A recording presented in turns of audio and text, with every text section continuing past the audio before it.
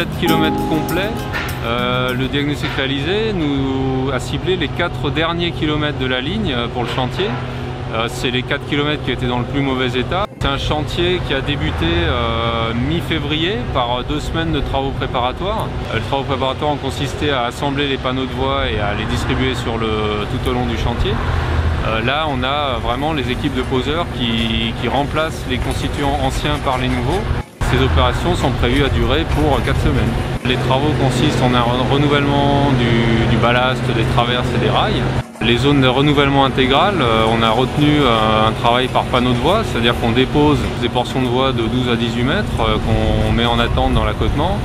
On évacue l'ancien ballast, on compacte la sous-couche et puis on vient recréer la zone intégralement. Donc on repose ou par panneau de voie ou par traverse plus rail fixé par-dessus.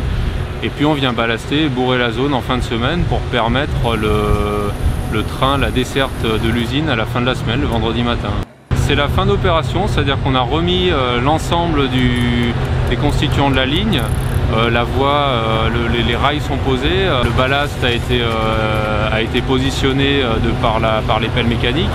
Maintenant le travail de la bourreuse, ça va être de serrer le ballast sous les traverses pour la tenue de la voie et de régler la géométrie des rails, l'alignement, le nivellement, la hauteur et la largeur pour faire ça.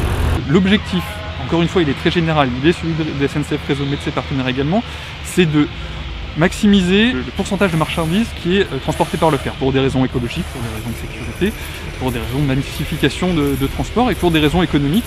Ça s'inscrit dans un objectif général qui est celui de développement du fret, qui est de passer la part modale du fret ferroviaire de 9% à 18%. La première des choses à faire, c'est de conserver les gens qui utilisent déjà le fret ferroviaire, pérenniser cet usage. C'est exactement ce qu'on est en train d'essayer de faire avec ce chantier, permettre à Verallia de continuer son approvisionnement par le fer et non par la route.